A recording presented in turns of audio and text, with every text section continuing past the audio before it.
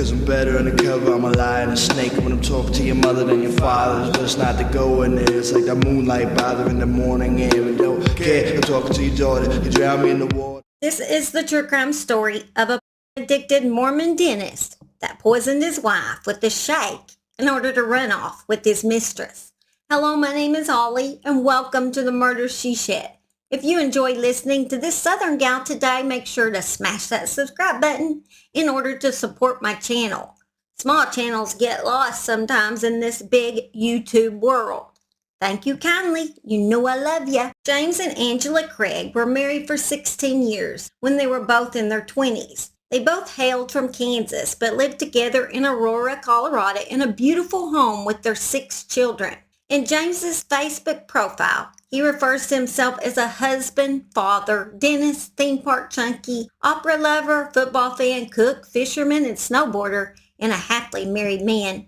As usual, as it always is on social media, they were portraying the most perfect family when behind the scenes dark ideas were brewing in James's mind. Angela was raised in a large family with 10 children and was a devoted member of the Church of Latter-day Saints. She was a great mom to her 5 girls and 1 boy. Friends and family adored her unbounded sense of humor and quick wit. 43-year-old Angela was a strong-willed woman who was determined to work out her marriage to her husband despite his ongoing struggles with infidelity and gambling and addiction. James was a 45-year-old dentist. James was employed as a dentist at Summerbrook Dental and as an associate professor at the University of Missouri Dental School, where he taught clinical dentistry, biochemistry, and histology. My name is Dr. Jim Craig, and I practice at Summerbrook Dental Group. My approach to dentistry begins with sincerely listening to the patient and wanting to find out more about where they're coming from and what they're looking for and what they want. Due to James' addictions, he had filed bankruptcy in the past, and Angela would say he had run his business into the ground. Several times over the past 16 years that Angela decided that she was going to leave James. He always smooth-talked her into staying. James claimed his wife was very depressed and had tried to overdose on several occasions. This was believed to be a cover story for his plans he had for his wife. About 5 years before this, James had drugged Angela, claiming because he wanted to go into their bathroom and unalive himself and didn't want her to save him. Angela began feeling funny and dizzy on March 6, 2023. She was admitted to Parker Adventist Hospital and reported not feeling right in the head. Angela was released from the hospital that very same day. The day of Angela's first hospital visit, James and Angela had exercised together. He had made her a protein shake, and after she drank it, she felt faint and dizzy, which is why he took her to the hospital. A few days later, Angela ended up in the hospital again and released again, still feeling sick. This time, Angela's brother drove her to the University Hospital in Shoots. I don't know how you say that, but a hospital, let's just say that. Angela started to suffer from a severe seizure and was intubated. Angela suffered from a lack of oxygen and no pupil reaction and began to have intracranial pressure. This led Angela to the medical intensive care unit where she was put on life support and did not regain brain activity. Hospital medical personnel could not find a known medical condition that would have caused Angela's rapid medical decline. James let his business partner, who was another dentist named Ryan, know that his wife was in the hospital. Ryan had known James for 20 years, and they had actually went to dental school together. They had started working together in August of 2022 because Ryan had known James had been having financial problems, and he just felt sorry for him. After the dental facility found out about Angela being on life support, the officer manager and another employee remembered a series of very odd events that would ultimately bring James down. The office manager said that on March 6th that she saw James return to the office after hours. She said she saw him at an exam room computer with the lights off. She thought this was weird as he had had his own office and computer plus a laptop that he took to and from work. After she left the office that night, James texted her to say that he was expecting a personal package in the mail and that she was not to open it. The package ended up arriving on March 13th, and it was luckily intercepted by another employee who did not know about the orders James gave not to open it. When that person looked inside, she saw a biohazard sticker and a circular canister that was labeled potassium cyanide. She sealed it back up and gave it to James. She kept thinking about the parcel and started to research potassium cyanide and the effects it could have on someone. She realized at this time that Angela had the same symptoms. This was how the phone call to Ryan on March 15th came about. The call to Ryan was made as he was en route to actually go see Angela at the hospital. When Ryan arrived at the hospital with his wife, they spoke to James. They said he stepped away to take a call from the doctor, and that was when he returned and he was visibly upset. James stepped away again, and then Ryan decided he would voice his concerns to one of the nurses. He told her that he was suspicious that Angela may have been poisoned. He told the nurse that James had ordered potassium cyanide for their dental practice, but they had no medical reason to have it there. The nurse called police, and this is when the investigation into James began. Ryan and his wife left the hospital after this, and they sat in their car. James then called Ryan. The call was answered via Bluetooth, so his wife heard the conversation too. James said he had heard some disturbing information and asked Ryan if he had said anything to the hospital staff. Ryan told James that he was aware of the package that had been delivered to the office. James lied and said that the package had been a ring to surprise his wife with.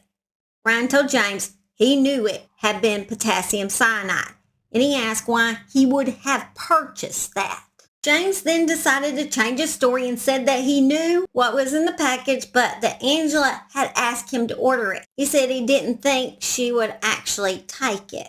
At this point, Ryan told James he needed to get a lawyer. Later that day, Ryan got a text from James. He made an urgent plea for him not to talk to anybody about their prior discussion, including any law enforcement officers. The text read, "You will do more damage than good to my family by continuing to insert yourself into this. Angela's gone and I am devastated. Ryan, I understand why you did what you did. I do, I get it. But if you had come to me personally, man to man, instead of talking to everyone else about that, what you thought you knew, I might have let you in on some details that would have made you less likely to cause this horrible storm. Ryan, if you had only put me higher on your list of priorities instead of putting everyone else's opinions and gossip ahead of me. For that, I am very, very mad at you." He gave him the guilt trip. On March 16th, while Angela was still on life support, a warrant was actually served to James. Police went to the Craig family home at 8:45 a.m. Nobody was home, and they executed a search warrant. They saw that there were surveillance cameras both inside and outside. They amended the search warrant and seized these cameras. In addition, multiple other items were collected from the residence. This included multiple types of powdered proteins, multiple workout-style shakers used to drink those powdered proteins, computer tablets, 2 different unlabeled plastic bags with white powdery substances, water bottles on an exercise bike. They also issued a search warrant for his phone and office. The Aurora Police Department located an office in the clinic's southeast corner containing 2 office desks. On the far desk, a laptop was observed. When the laptop screen was woken, it showed the last person to log in was James. The password James provided for the laptop was entered to make sure that the laptop was actually his. The password activated the laptop and opened it. James' laptop was seized. Aurora Police Department also located a small hand vacuum in the office. The vacuum had a white powdery substance inside of it. A portion of the substance was collected and seized. On the laptop, they would find some disturbing Google searches. Beginning on February 27, 2023, it was observed that James had conducted searches related to poison. Those searches included how many grams of pure arsenic will kill a human. Is arsenic detectable during an autopsy? He had also searched for chemical suppliers in Aurora. Investigators also found an Amazon order from February 27th to be delivered to the Craig household for an item called arsenic metal. It was a $13 order. Investigators also found additional online purchases of poison. He also clicked on a series of videos detailing how to make poison out of oleander, a toxic plant. James had also visited a website that had info on arsenic and cyanide. A video on this site explained how difficult cyanide is to detect, and by the time doctors figure it out, it's usually too late to save a life. The search history provided YouTube searches for top 5 undetectable poisons that show no signs of foul play, and the top 10 deadliest plants that can kill you.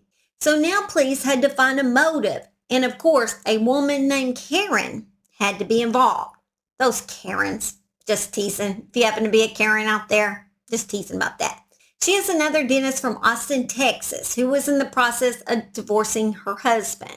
According to police, the emails between James and Karen were intimate in nature and contained sexually explicit conversations. They also contained travel plans which showed Karen flying from Austin to Denver March 8th through 10th. The exact dates James' wife was in the hospital on life support. A second travel itinerary from March 16th through 20th also showed a flight from Austin to Denver.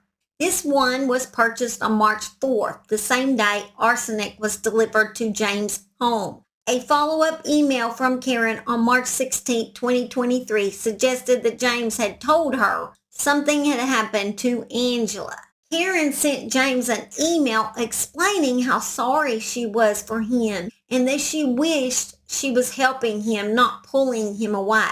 She stated she knew it had to be so hard what he was going through and that she wanted to be there for him, but did not want to mix in with his family and friends while pretending to be his friend when there was something more going on. James Craig was finally charged with Angela's murder on Thursday, March the 23rd. Several of James and Angela's older children were also present in the courtroom. They sat silently and betrayed little emotion as their father entered the court. The preliminary hearing has been set for April the 7th. It is a reality that has shocked all who thought they knew Craig and who had bought into the carefully curated image of a picture-perfect family he presented. I just don't understand why when Angela wanted to leave him, why he would have just not said okay. And then he could have been with his mistress and the children would still have their mother. I mean, it doesn't seem that any money was involved, and I haven't heard about any life insurance. Now the children do not have neither a mother or father because of him. Also, guys, on the Scotty Morris case we discussed the other day, Scotty was found alive. Thank God, but it was his parents that made him wear that demeaning shirt. Children get bullied enough at school without parents adding to the bullying at home. It's just awful. He was found safe, although they have not given any details of where he was found. All right, guys, as usual, I'll leave y'all with some Simon bloopers. Love y'all. Bye. This is the true crime story of a addicted Mormon. Yeah, this is going to work out good. Hello, my name is Holly. Welcome to the Murder She Said. And this is Simon, the guy that is in my picture right now, blocking all the view. Because he's got to be top dog. Friends and family adored her unabashed sense of humor. Such a pitiful little guy. Nobody loves you. Oh, you got hair in my mouth. You're getting shit. Look at you. Jesus. Louises. I got hair everywhere. Should give me a selfie light like some people have. They have those round selfie lights. It's supposed to make your skin look so good. I don't know if it's going to work. I'm not like these young people, YouTubers. I'm just my own thing. Just my own thing. That's all I can ever be. It's just my own thing. We're just going to give this a try. I may look like shit warmed over, but I'm going to try it anyway. What the Sam Hill's going on? My little nephew said, he says, what's going on up in here? That's what he always says. He always cracks me up saying that. What is that on my chin? Do I really have lipstick on my chin? Why are you going down there? You need to stay over here. Get off my mic, Goober. Oh my God. Go lay down. Go lay down. You're wet. Oh, good God. Just lay down right there. Lay down right there. Okay, he's going to tell y'all a story. He's going to tell y'all a story because apparently I'm not going to today. You hear my mic again. You're definitely not clean. We got to fit on here together somehow. Okay, we're on here together. Now, we're Twinkies. How's this going to work? Do it, cause I'm better undercover. I'm a lion and a snake. When I'm talking to your mother than your father, it's best not to go in there. It's like that moonlight bother in the morning air. And don't care, I'm talking to your daughter. You drown me in the water just to see me struggling and label me a martyr. The white pills, what you ought to do. Baby, I'm a cross where they hammer this tomorrow. The nails for the palms of wrists, and if you want it, there's